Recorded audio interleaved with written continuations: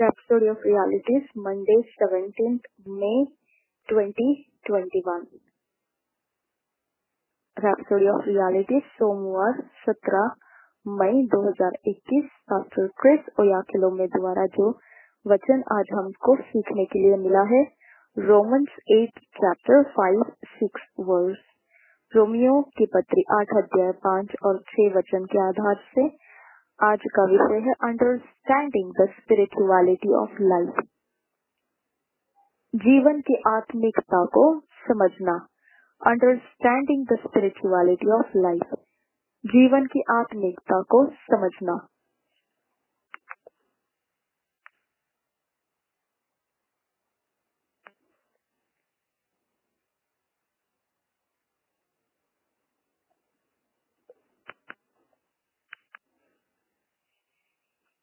हम वचन पढ़ेंगे Romans 8 chapter 5-6 verse. For they that are after the flesh do mind the things of the flesh, but they that are after the spirit, the things of the spirit. For to be carnally minded is death, but to be spiritually minded is life and peace. और एक बार पढ़ेंगे। For they that are after the flesh do mind the things of the flesh, but they that are after the spirit, the things of the spirit. For to be carnally minded is death, but to be spiritually minded is life and peace. हम हिंदी में इस वचन को पढ़ेंगे। Romeo की पत्री 8 अध्याय 5 और 6 वचन।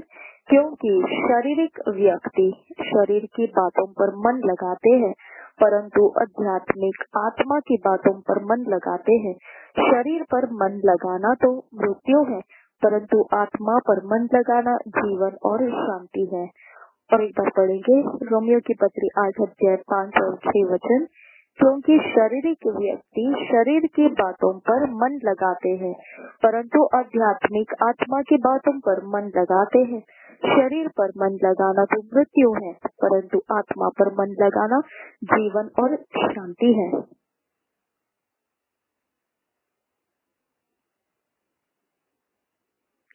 The Lord Jesus had a spirituality that was unmistakable. प्रभु यीशु मसीह के पास आत्मिकता थी जिसमें कोई गलती नहीं थी। He was very spiritual. वो बहुत भारी आत्मिक रहा। For example, in Matthew 16:17, even while responding to Peter's answer to a question Jesus had asked, he dealt with the spiritual nature of what Peter said. एक उदाहरण के तौर पर मत्ती रचित सुसमाचार 16 अध्याय के 17 वचन में यह इतना जवाब देने वाला एक समय था पतरस को। जब वह जवाब देने वाला था उसके सवाल का, यीशु ने पूछा, वह उसके आत्मिक गुण के विषय में पूछा कि पतरस क्या कहता है उसके आत्मिक गुण के विषय में। Jesus had asked the disciples, whom do men say that I am?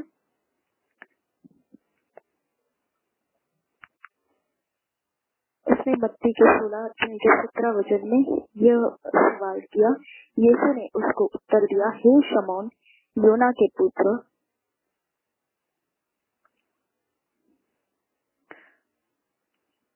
क्यों तू धन्य है, क्योंकि मांस और लहू ने नहीं, परंतु मेरे पिता ने जो स्वर्ग में है यह बात तुझ पर प्रकट की है। उसने इस प्रकार से सवाल पतरस का जो जवाब आया था उसको उसने इस तरह से सवाल में पूछा था। वह आत्मिक गुणों के विषय में पूछा था पतरस से। Peter answered correctly, and Jesus replied, Blessed art thou, Simon Bar-Jonah, for flesh and blood hath not revealed it unto thee, but my Father which is in heaven. तो इस प्रकार से प्रभु यीशु मसीह ने उदाहरण के तौर पर हम देख सकते हैं किस प्रकार से पतरस के जवाब को लिया इस सवाल के ऊपर कि पतरस किस प्रकार से प्रत्युत्तर देता है इस सवाल के ऊपर कि अगर उसे कहा जाए आत्मिक गुण जो यीशु मसीह का है, वो आत्मिक जो गुण जो है वो उसके विषय में पतरस क्या कहता है।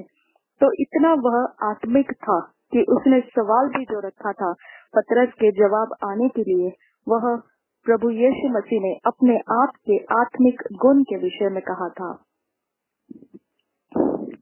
Peter didn't know that it was God that gave him the revelation. He just spoke as it was in his heart. और जो पतरस ने जवाब दिया वह सही जवाब दिया था, जिसके विषय में यीशु से कहता है 17 वचन में, यीशु ने उसको उत्तर दिया, हे शमौन योना के पुत्र, तू धन्य है, क्योंकि मांस और लहू ने नहीं परंतु मेरे पिता ने जो स्वर्ग में है यह बात तुझ पर प्रकट की है। मत्ती रचित सुसमाचार 16 अध्याय का 17 वचन। यीशु ने उसको उत्तर दिया, हे शमौन योना के पुत्र, तू धन्य है, क्योंकि मांस और लहू ने नहीं परंतु मेरे पिता ने जो स्वर्ग में है यह बात तुझ पर प्रकट की है।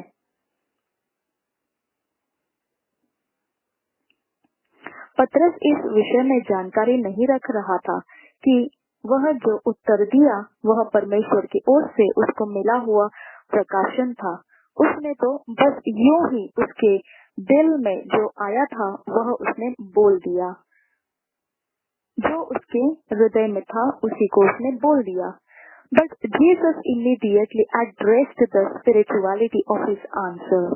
परंतु यीशु तुरंत उसकी आत्मिकता के जवाब के विषय में वह संकेत करते हुए बोला, मतलब उसी के ऊपर वह आधारित ध्यान देते हुए बोला। He let Peter know that his answer didn't come to him by his flesh or senses. It was not from his study. उसने पतरस को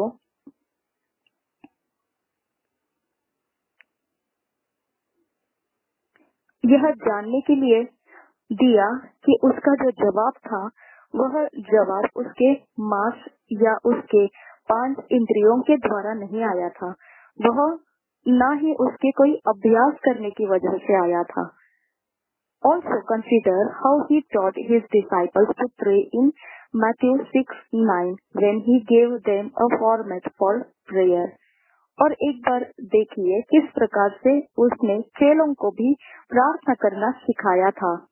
मत्ती रचित 6 अध्याय 9 वचन में जब उसने एक प्रार्थना करने का एक तरीका उनको बताया था। He said, Our Father which art in heaven. He talked about the Father in heaven. उसने कहा,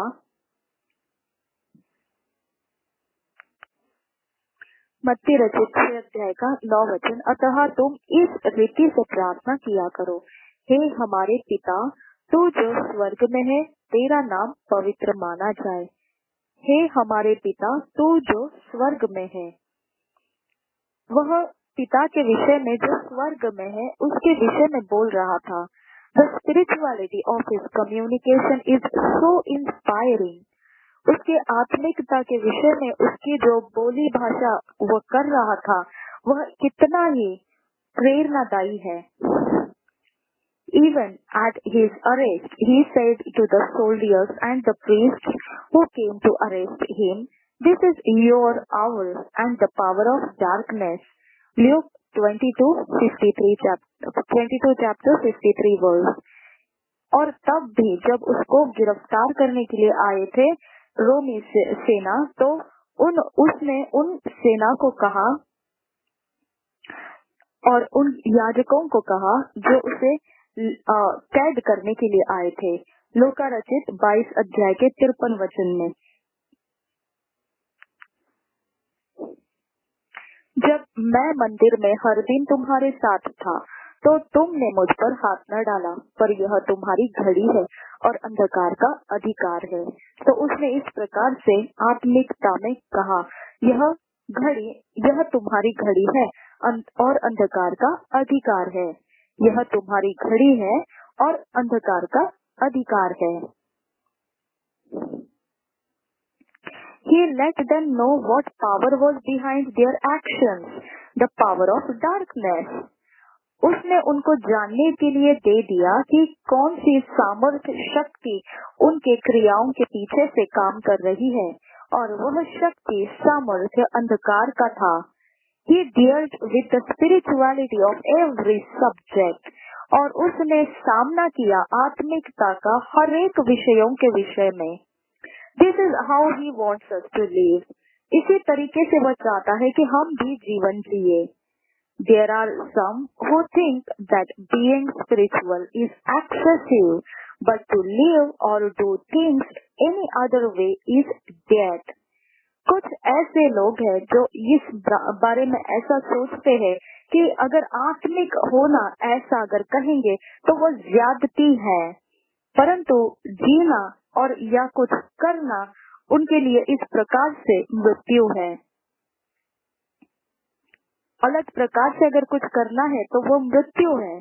When you are motivated to do something, always consider whether your motivation is coming from God, from the flesh or even Satan. जब भी आप चलाए जाते हैं कुछ करने के लिए, तो आपको हमेशा ध्यान रखना है अपने आप की ओर कि आप किसके कारण चलाए जा रहे हो। क्या आप परमेश्वर की तरफ से आपको यह चलाया जाना मिल रहा है, या शरीर की तरफ से, या शैतान की तरफ से। You can tell by the spirit and through the word. आप बता सकते हो आत्मा और वचन के द्वारा, पवित्र आत्मा और वचन के द्वारा। Understanding the spirituality of life is where the victory in life really is. और आत्मिकता के जीवन को समझना, इसी में जीत भरा हुआ जीवन है, सच्चाई में। That's where life's purpose actually resides. उसी में जो सच्चाई में उद्देश्य है, सही में उद्देश्य है जीवन का, वह निवास करता है। You have got to connect your life with that which is spiritual. आपको आपका जीवन जो आत्मिक है उसके साथ जोड़ना चाहिए। Whether or not you realize it, you came from the spirit.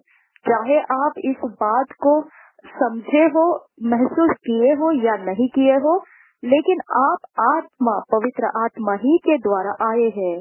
God made you and God is a spirit. परमेश्वर ने आपको सृष्टि किया और परमेश्वर आत्मा, पवित्र आत्मा है। So your origin is spiritual. तो आपकी जो मूल आप हो वह आत्मिक हो। Therefore always be spiritually minded.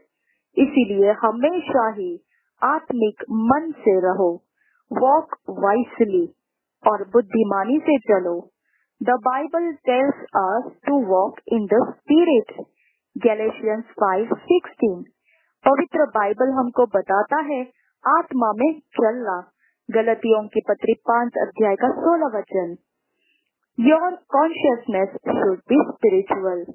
आपका ध्यान आत्मिक होना चाहिए।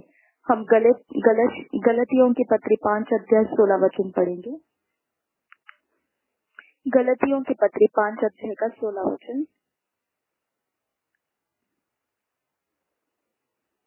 पर मैं कहता हूँ आत्मा के अनुसार चलो, तो तुम शरीर की लालसा किसी रीति से पूरी न करोगे।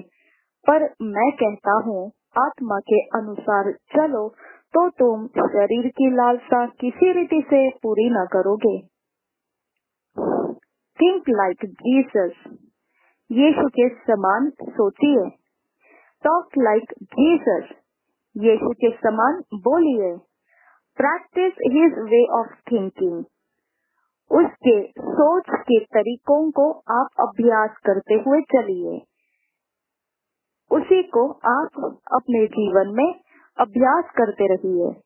But you can't do that except you meditate on the scriptures.